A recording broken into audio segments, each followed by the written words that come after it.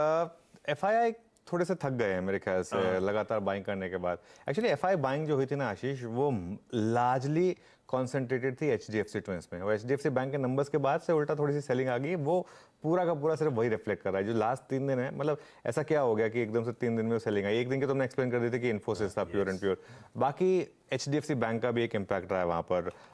जहाँ तक बात है फ्यूचर्स एंड ऑप्शंस के आंकड़े की, वहाँ भी कोई बहुत ज़्यादा चीज़ें नहीं आ रही, लेकिन वहाँ से मुझे जो एक चीज़ थोड़ी सी तंग कर रही है, वापस शॉर्ट जुड़ने लगे हैं सिस्टम में। एक जो मुझे लग रहा था कि हम नेट लॉन्ग हो जाएंगे इस मंथली कॉन्ट्रैक्ट तक, अब कल अगर आप देखें तो वापस थोड़े से शॉर्ट जुड़े हैं। 501 ये खैर एफआईडीआई के आंकड़े आ गए आपकी स्क्रीन पर, एफआईएस ने एफएनओ में सेल किया है। निफ्टी फ्यूचर्स का प्रीमियम गिरा है, 52 पॉइंट से गिरकर 30 पॉइंट पर आ गया है, तो वो भी आपको बता रहा है कि थोड़ी सी सेलिंग हुई है। और उसके बाद लॉन्ग शॉर्ट देखिए, 501 लॉन्ग ऐड हुए हैं, 3500 शॉर्ट कल ऐड हुए हैं, और लॉन्ग शॉर्ट वापस 36% और 64% पर आ गया। और एक बार अगर वो चार्ट आ जाए लॉन्ग शॉर्ट का, जो सुबह सुबह हम डिस्कस करते हैं, वो स्क्रीन पर एक बार देख लेते हैं। ये देखिए, ये जो एकदम काफी ऊपर आ रहा था, वो हल्का सा आपने वापस डिप देखा है वहां पर। अभी भी ठीक है, कुछ ज्यादा घबराने की बात नहीं है।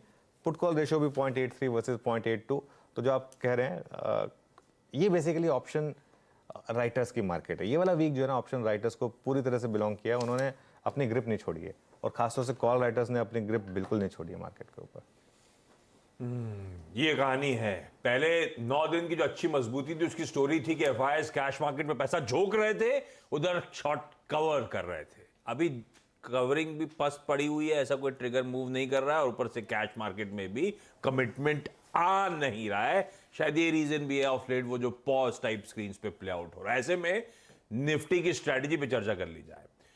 हम इस प्लेटफॉर्म पे उस मंडे के तगड़े मूव्स के बाद बार बार कहा गया था कि वहां के हाईज और लोज बहुत इंपॉर्टेंट हो गए हैं अब इस हफ्ते के ट्रेड्स को डिफाइन करने के लिए। हमें 3 दिन कमजोर हुए, लेकिन हमने उस मंडे के लोज की सैंक्टिटी को इंटैक्ट रखा बिल्कुल अब तक।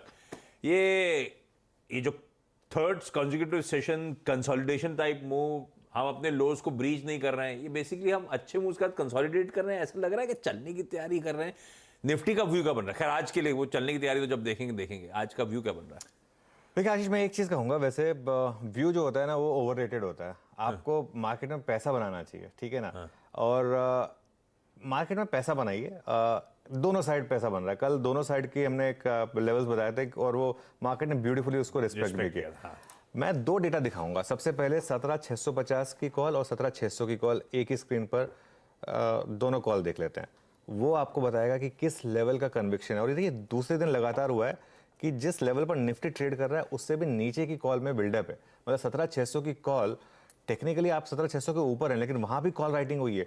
52% प्रीमियम गिरा है, और ओपन इंटरेस्ट में देखिए 118% का जंप। 17,600 के नीचे नहीं है, और आज की एक्सपायरी की बात हो रही है, लेकिन फिर भी कन्विक्शन है 17,600 की कॉल राइटर में। और 17,650 का कॉल राइटर देखिए, वहां कितना कन्विक्शन है, 132% का जंप है। 91 लाख 25 रुपए के प्रीमियम पे आप कल कॉल बेच के तैयार थे, कि आपको रिस्क नहीं था बिल्कुल भी कि अगर निफ्टी 17,675 पे भी खुल जाएगा तो आपको लॉस होगा। इतना भी मतलब वो डर नहीं था कॉल राइटर को। अब लेकर आइए पुट्स, 17,700 की और 17,650 की पुट। परसों 17,800 के पुट राइटर ने जबरदस्त कवरिंग की थी। उसने तो बहुत स्मार्टली गेस कर लिया था कि पुट प्राइसेस बढ़ने वाले, तो पहले ही कवर कर लिया था। कल लोगों को कवर करने पड़े थोड़ा हायर लेवल पर। कल 45 से 50% पुट्स के प्रीमियम बढ़े।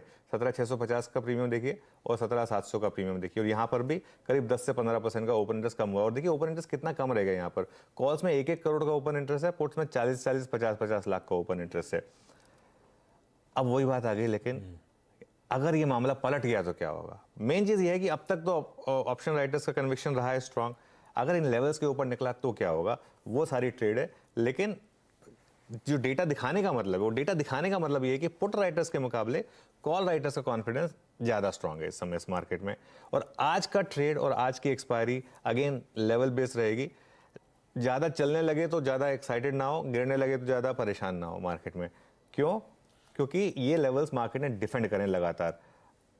आज का सबसे बड़ा ट्रेड है, क्या कॉल राइटर्स का लेवल निकलेगा। हर लॉन्ग जो शॉर्ट ट्रेडर है जिसने कॉल सेल की हुई है, उसका स्टॉप लॉस है 17,700 पर, 17,690, 17,700 पर। और जो भी लॉन्ग है इस मार्केट में, अब उसका सैक्रोसैंक्ट स्टॉप लॉस है 17,574 पर। जो मंडे का लो, कल का लो, 200 डे मूविंग एवरेज, वो सारा का सारा प्लेस वहां पर है। जो मेरी गट फीलिंग है ना आशीष की, मुझे लगता है कि 3 बजे तक शायद ये दोनों लेवल ना ब्रीच हो। 3 बजे तक शायद मार्केट इस रेंज में ही रहे और आपको इसी रेंज को फिर स्मार्टली ट्रेड करना होगा। अगर आप 17,574 के करीब बाय कर लें, 17,670-80 के करीब सेल कर लें और छोटा सा एक 20-25 पॉइंट का स्टॉप लॉस लगा दें या ऑप्शंस के थ्रू ट्रेड करें, ये एक अप्रोच है। या तो फिर आप वेट करें कि 17,574 डिसाइसिवली ब्रेक हो जाए या 17,700 डिसाइसिवली ब्रेक हो जाए, फिर आप एक ट्रेंडिंग ट्रेड लें, फिर आपके लिए वो ट्रेंडिंग ट्रेड आएगी। और 3 बजे के बाद अगर एक मूव पॉसिबल है तो वो हम जैसे पिछले हफ्ते हमने उसको प्ले किया था स्क्रीन पर, फिर वो हम कमाई का अड्डा में फिर फ्रेश रणनीति बनाएंगे। लेकिन 3 बजे तक मुझे लग रहा है कि आपको इसी रेंज को स्मार्टली प्ले करना है। हाँ, अगर ये रेंज निकल रही है तो फिर उस साइड में हो जाइए, लेकिन उसके चांसेस कम ही लग रहे हैं मुझे लग रहा है कि आज फिर आपको रेंज बाउंड ट्रेड ही दिखाएगा मार्केट कुछ टाइम तक। कल जो रेंज मेंशन करी गई थी, लेवल्स मेंशन करे गए थे, ब्यूटीफुली बाजार ने उसको रिस्पेक्ट करा था। आज के निफ्टी के लेवल्स आप लोगों की स्क्रीन पर हैं, प्लीज नोट डाउन कर लीजिए। लार्जली दोनों तरफ के ट्रेड्स आज भी विजिबल आपको स्क्रीन पे नजर आएंगे। अच्छा, निफ्टी बैंक ये थोड़ा सा हालांकि 42,000 के ऊपर ही, उस चैनल के ऊपर ही चल रहा है, लेकिन क्या करना है? बैंक निफ्टी में थोड़ी टायर्डनेस है। ये हम लगातार 2 दिन से डिस्कस कर रहे हैं कि बैंक निफ्टी अब थोड़ा सा एक सेल ऑन रैली बन गया है जस्ट नियर टर्म के लिए। देखिए, मेरा व्यू जो है ना कि मई में हम ऑल टाइम हाई बनाएंगे, वो अभी भी इंटैक्ट है। हाँ, वो आपने बोला ठीक है, लेकिन हर चीज़ एक लाइन में नहीं होती है और अगर आपको इंट्राडे में शॉर्ट के अपॉर्चुनिटी मिल रही है तो वो आपको लेने चाहिए। 41,500 टू 41,800 अब एक लेवल होगा रिस्क रिवॉर्ड के हिसाब से पोजिशनल बाय के लिए। वो आएगा या नहीं आएगा मैं नहीं कह सकता, लेकिन अगर आप पोजिशनली बाय करना चाहते हैं तो अब आपको उस लेवल का वेट करना पड़ेगा। अभी के लिए स्ट्रैटेजी क्या है? 42,600 के स्टॉप लॉस के साथ सेल ऑन रैली। कल भी हमारी यही स्ट्रैटेजी थी कि 42 की जो अग्रेसिव ट्रेडर हैं वो सेल भी कर सकते हैं 42,600 के स्टॉप के साथ। आज भी वही स्ट्रैटेजी है कि 42,600 निकलने तक हर रैली में बेचें। जोन जो होगा बेचने का 42,300 से 500 का और स्टॉप लॉस 42,600 का। इंट्राडे में अगर आपको बाय करना है तो जो रेंज रही है वो है 41,900 टू 42,000, उस पर बाय करिए। और 41,800, 41,799 एक्चुअली जो कल या परसों का लो था, वो आपके लिए एक बेसिकली एक स्टॉप लॉस होगा।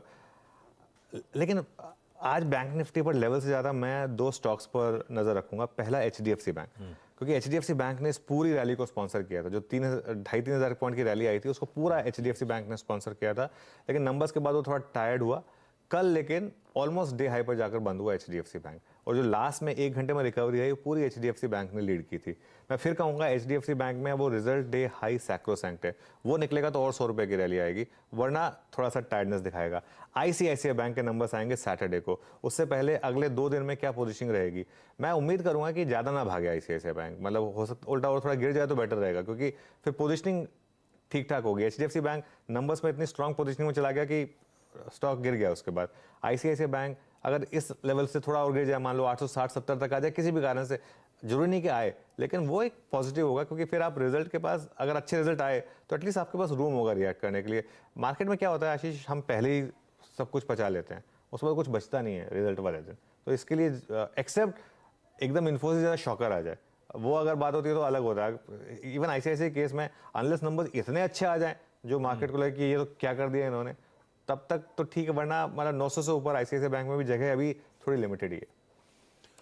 ये हो गया भाई निफ्टी बैंक पे रणनीति। अच्छा, वो आप एक ऐसी out of the syllabus IT की चर्चा, कल फिर वो वीकनेस, मुझे याद है मंडे को जब वो बहुत पिट रहा था तब ये मेंशन कर रहा था आपने, उसके बाद कल भी रिकवरी के ट्रेड परसों दिखे थे, तब मेंशन कर रहे थे यार लेकिन इस पे भरोसा मत करिए, अपने मंडे के लोज को रिविजिट करने जाएगा और ये शायद पिटने, सारा घूमने लगा IT वापस। बिल्कुल, पहले लगा वो साइंस ऑफ स्टेबिलिटी आ गए, कुछ हो नहीं रहा है, प्रेशर बढ़ता ही चले जा रहा है, ये IT के लिए अब दूरी रहने का समय आ गया है, ऐसा मान के चलूं क्या? देखिए, मैं 20 साल का अपना ट्रैक रिकॉर्ड से बता रहा हूँ, इन्फोसिस में जब भी रिजल्ट वाले दिन वायलेंट मूव आता है, उसके बाद वो स्टॉक जो है अगले 3 महीने तक टेक्सचर उसका वही रहता है।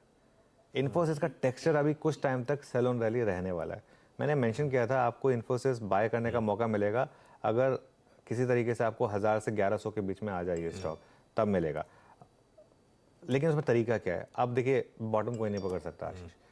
अब यहाँ से जो भी डिक्लाइन आएगी इन्फोसिस में टिल नेक्स्ट क्वार्टर, आपको उस हर डिक्लाइन में SIP करना है। और अच्छे स्टॉक्स जो है ना आपको तभी पोर्टफोलियो में मिलते हैं जब इस तरीके का टाइम चल रहा होता है।